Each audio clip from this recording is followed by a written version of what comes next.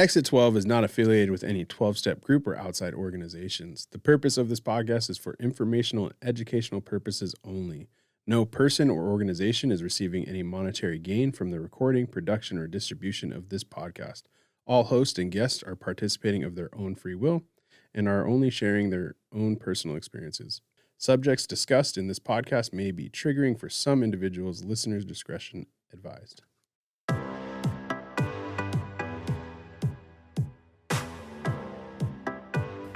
Welcome to Exit 12. As always, I am your host, Brian Fields. Hasn't changed his name since the last episode, people. Nope. And as always, I am joined by my awesome co-hosts, Michelle Parker and Isaac Smolden. Who also haven't changed their names. No, they have not. No. If you are in need of homeless or at-risk youth services or behavioral health services, please come down to my house at 300 North Willow Street, downtown Wasilla.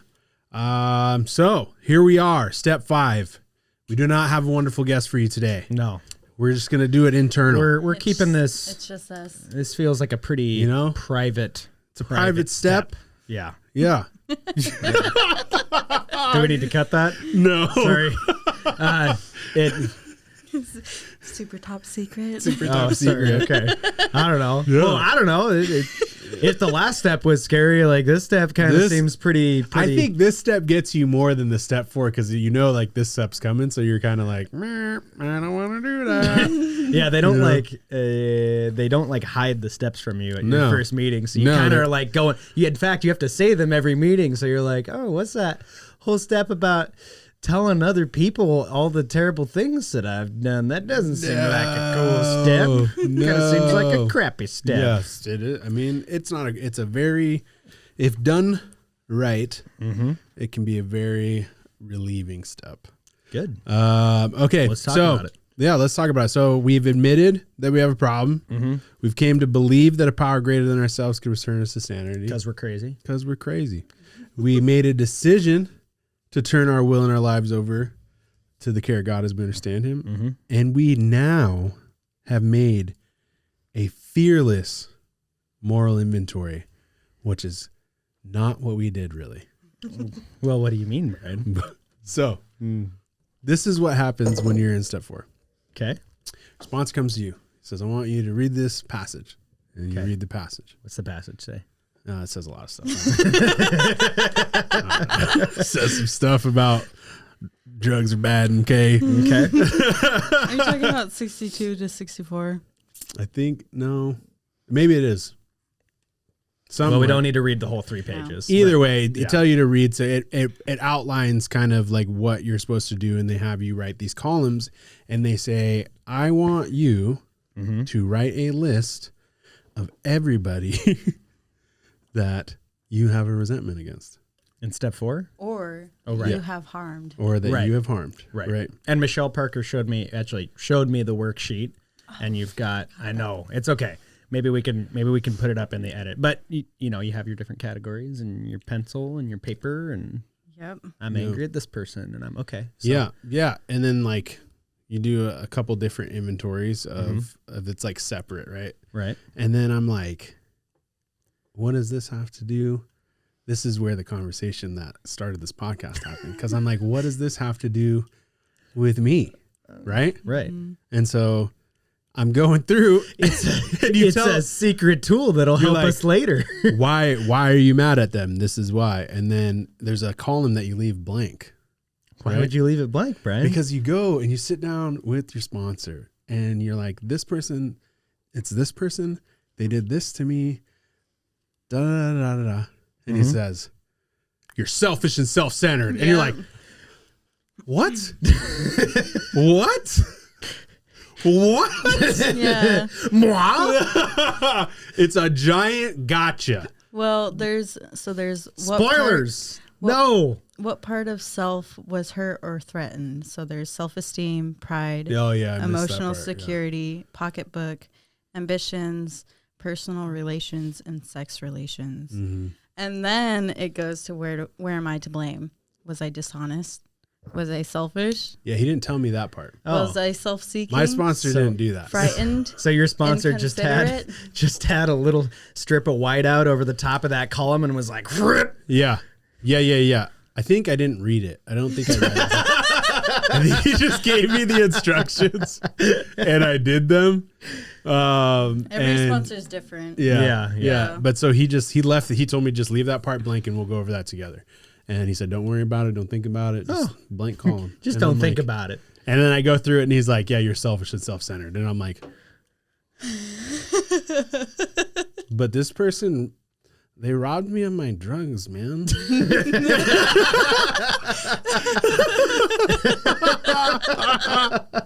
You know?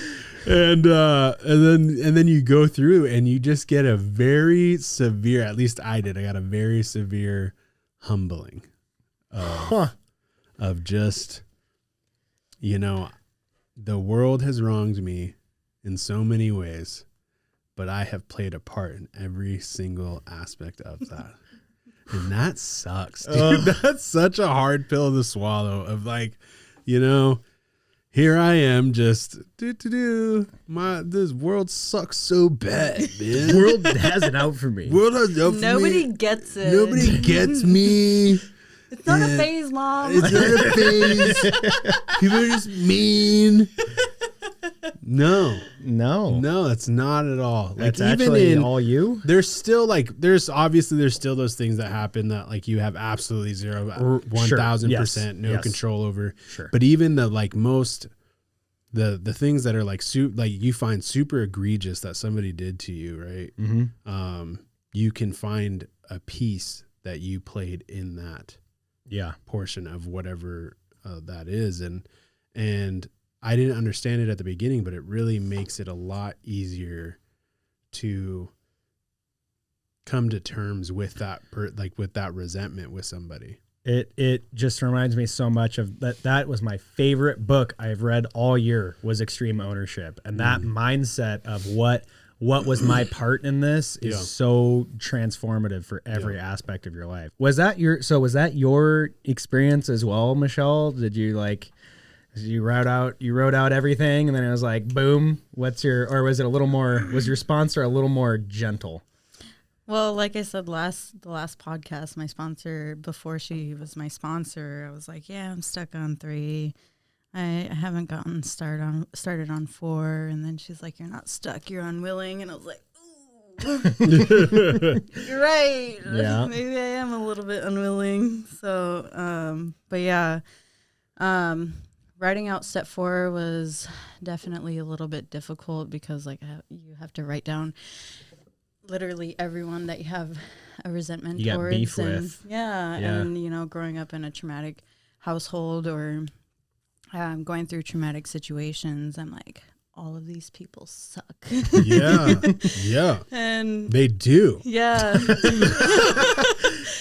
Or the things that I did to other people because they've done things to me, I'm like, I feel like I didn't really do anything wrong, And so I typed out these questions, but what, and I don't, okay, so this is maybe even getting into a little bit of a later step, but like you said, Brian, like sometimes, yes, you have to take ownership of your part in a situation, but sometimes you also have those people that have done these things to you, and they have their part in that situation too. So they have their part, but like I live now after I've done the steps is I don't allow the actions of others to cause me to move differently, right?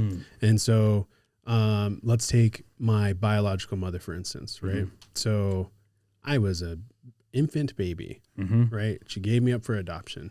I did nothing wrong. I didn't say, hey, you stupid lady, don't raise me, right? That would have been hard. A toddler, yes. Right? But what I did was I used that as a crutch for my entire life. But Brian!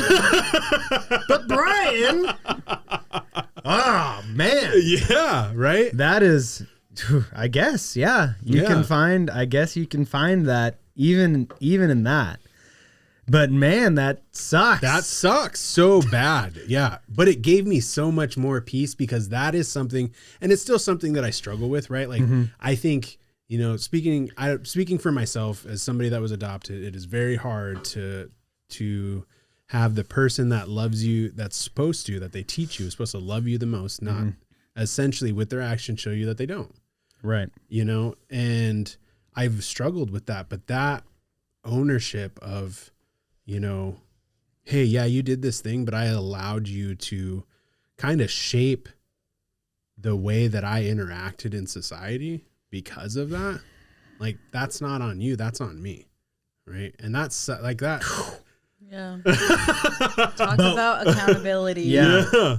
But once, but there's peace in that. Yeah. I mean, 100%. Right. I mean, but that's like such top of Maslow's pyramid, like third eye type stuff like that. Ooh, that's heavy. Yeah. We're not even halfway through this thing.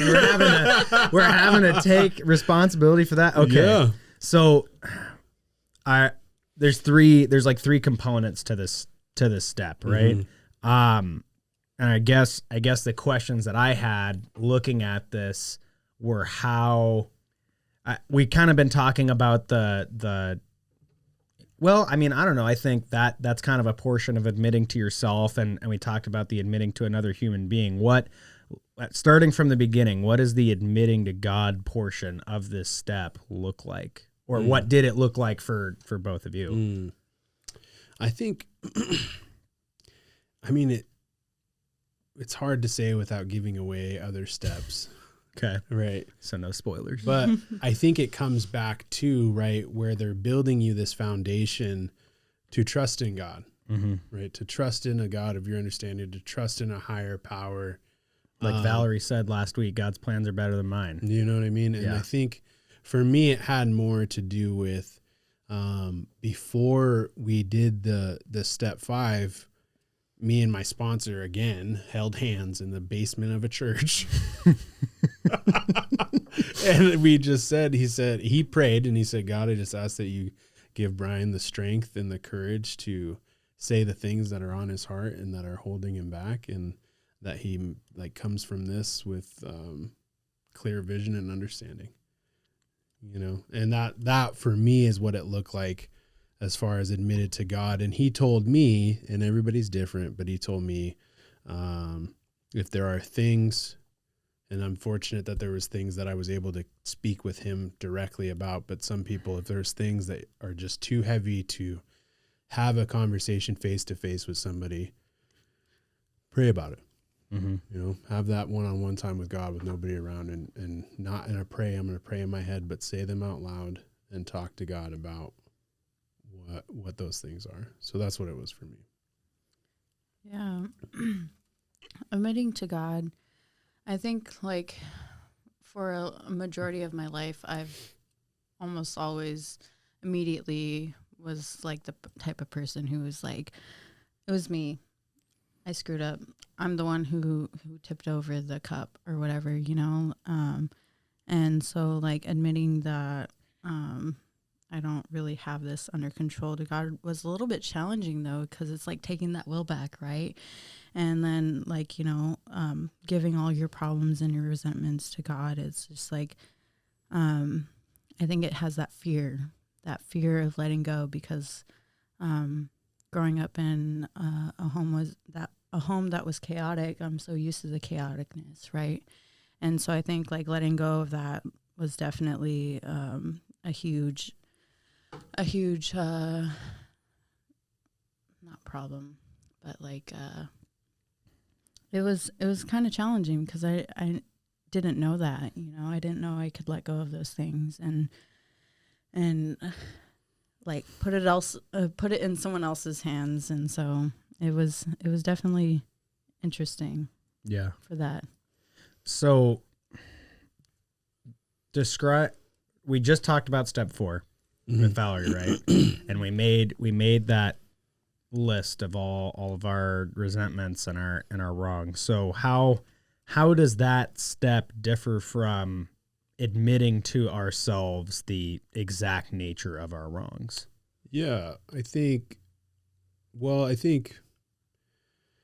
Is it just that ownership? I mean, I think a lot of it is the accountability, but it's also, it comes down to like the values of like the 12-step principles, which I can't list all of them for you off the top of my head, but one of them is open-mindedness, right? And you have to go into this step with an open mind, which is extremely difficult. But I think it differs because, again, like, yeah, I said last step, this is where the rubber meets the road, but this is where you put the car into drive and start like really going, right? Because it's one thing to write on a piece of paper all of these things, but when you're sitting across from somebody, I have to have some level of trust in you that I can share these things with you and you're not going to judge me, you're not going to laugh at me. You're not going to shame me, even though it feels a little shaming in the beginning of it. Right. And like, I think my sponsor had a little bit more fun with it than he needed to. I think he kind of twisted a little bit. But this is where it's so much more action than any step that you've done prior to, right? Because now, I remember like trying to find every reason why that day wouldn't work, right? But I had committed. Like there was times like he wanted to do it on a weekend and I'm like, oh, well, shoot, dang. Well, I got that thing with that one thing. Oh yeah, that dude with the dude in the place. Yeah, for sure. And so finally he was like, oh yeah, but you're going to be at the Monday meeting, right? And I'm like, yeah, I'm gonna be there. He's like, just bring your stuff with you. We'll meet afterwards. And I'm like, okay.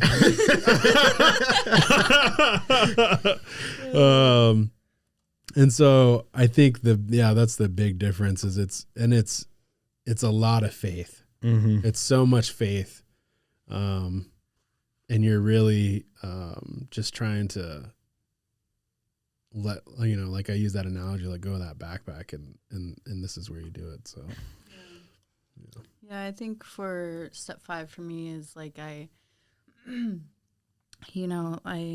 of built a little bit of trust with my sponsor, and so, but I think a lot of people who are probably early in recovery are very untrusting, so it might take a lot of strength to have that trust to someone you barely know. Mm-hmm.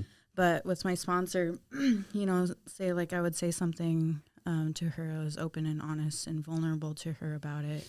She would tell me something similar in her life, something that she experienced, something that she went through. Relate. And it made me feel a little less alone, you know? And so I think that's really where like I started slowly setting down that backpack, and started opening up more, because I realized that, I'm not the only one who has experienced the things that I experienced. Maybe not the same exact thing, but it's something similar. Yeah. Yeah. And it's not a one-up thing, right? I totally forgot about that, but it's not a one-up thing. It's more of, hey, yeah, you've been through this thing. Just so you're not feeling totally isolated out here on your own, sharing this with me, just so you know, this is something that happened to me and this is what happened, da, da, da, da. Yeah. And it builds a little different level of trust. And it's also why I think, a lot of people, like just gruff at the idea of having your sponsor will tell you when you get a sponsor. Some sponsors will say, okay, I want you to call me every day this time. And some sponsors are super serious about it. And you're a minute late and they're like, call you tomorrow or talk to you tomorrow. Pray about it. Yeah. Oh, cow. But it's why those things are so important, because you don't want to get to this step and be sitting across from a stranger. Mm-hmm. You want to get to this step and feel somewhat of, I have an understanding of who you are. Yeah. You have an understanding of who I am. And you're getting that peer support piece. Mm-hmm. So I guess in my mind, the admitting to another human being portion of this would be on paper the hardest part. Yeah. What I'm kind of hearing is that if you've admitted this to God, admitted this to yourself, that's almost like the feel good portion of this when you're done, is that there's someone else that you have that level of trust with. Am I kind of on base with that?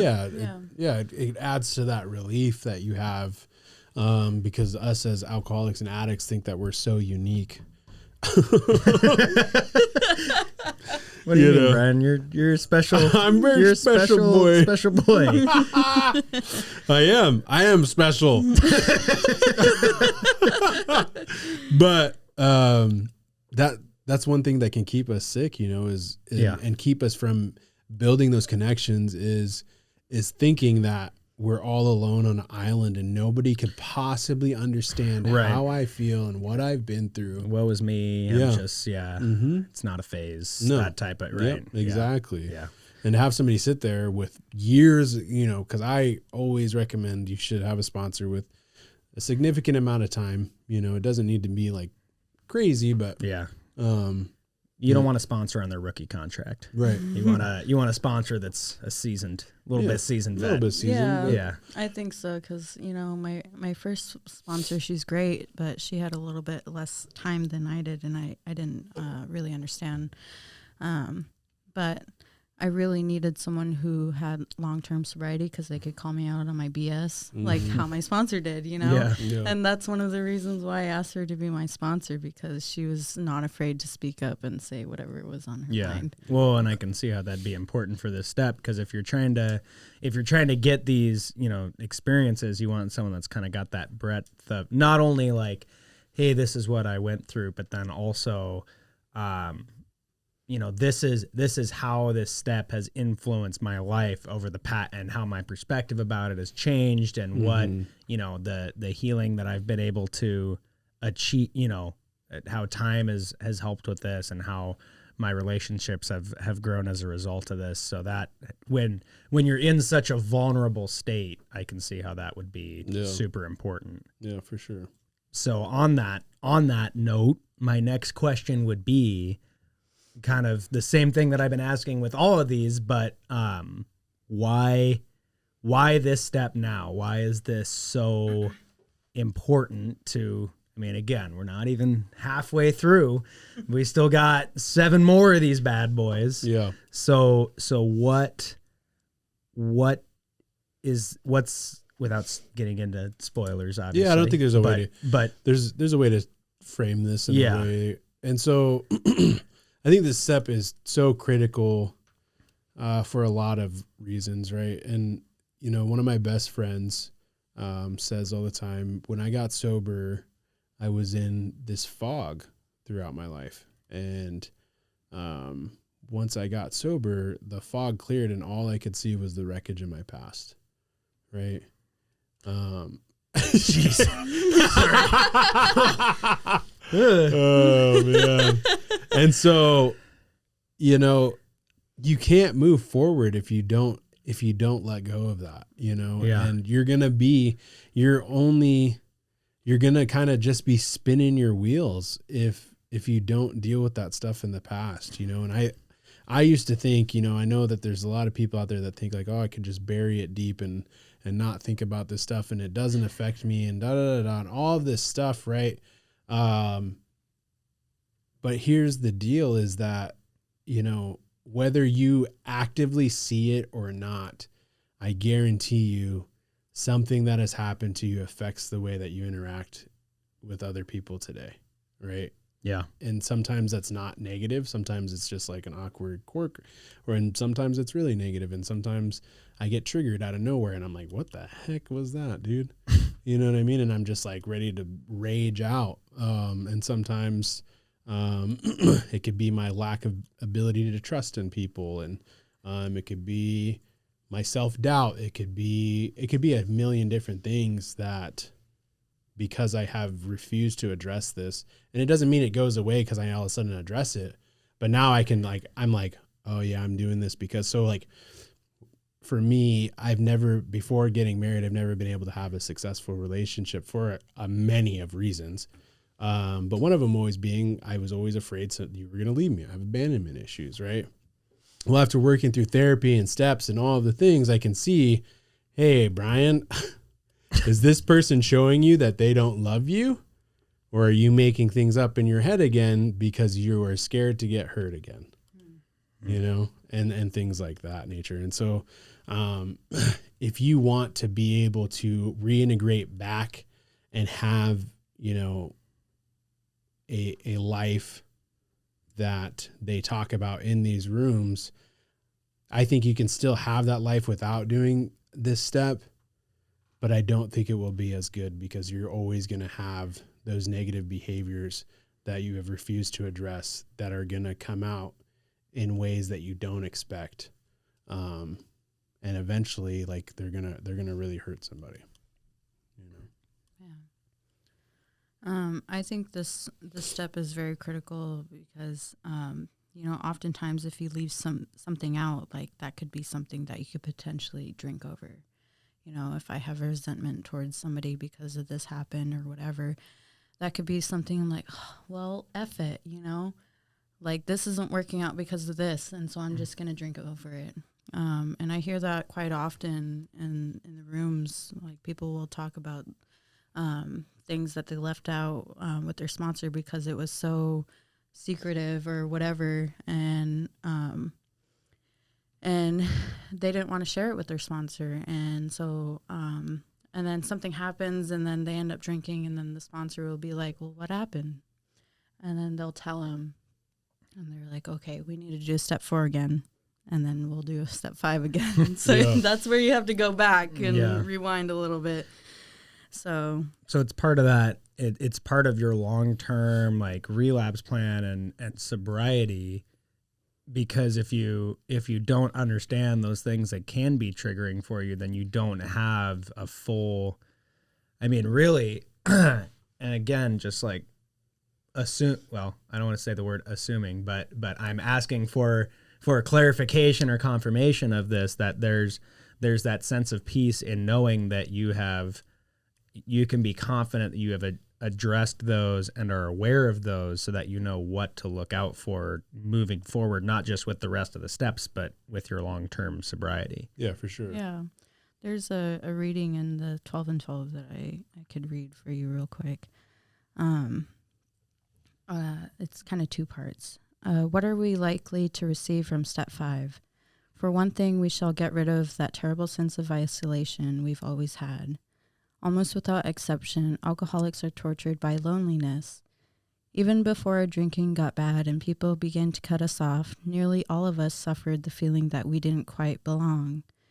Either we were shy and dared not to draw near others, or we were apt to be noisy good fellows, craving attention and companionship, but never getting it. At least to our own way of thinking, there was always the mysterious barrier. We could neither surmount nor understand it. It was as if we were actors on a stage, suddenly realizing that we did not know a single line of our parts. That's one reason we loved alcohol too well. It did let us act extemporaneously. Whoa, there's your word of the day. But even Bacchus boomeranged on us. We were finally struck down and left in terrified loneliness. And then skip down a little bit. Oh, this is on page 57 to 58. This vital step was also the means by which we began to get the feeling that we could be forgiven. No matter what we had thought or done, often it was while working on this step with our sponsors or spiritual advisors that we first felt truly able to forgive others. No matter how deeply we felt they had wronged us, our moral inventory had persuaded us that all-round forgiveness, was desirable. But it was only when we resolutely tackled step 5 that we inwardly knew we'd be able to receive forgiveness and give it too. Job done.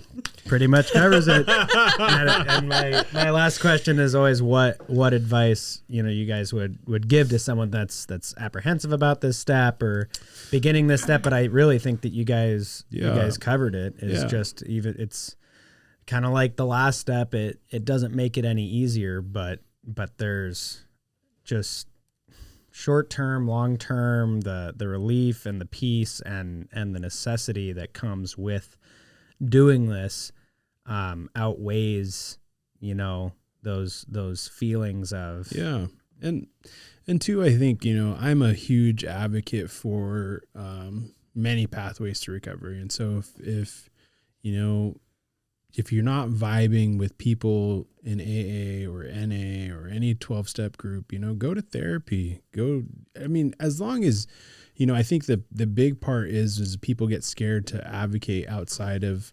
12-step programs because you think essentially you're telling them not to do the things that you know that they need to do.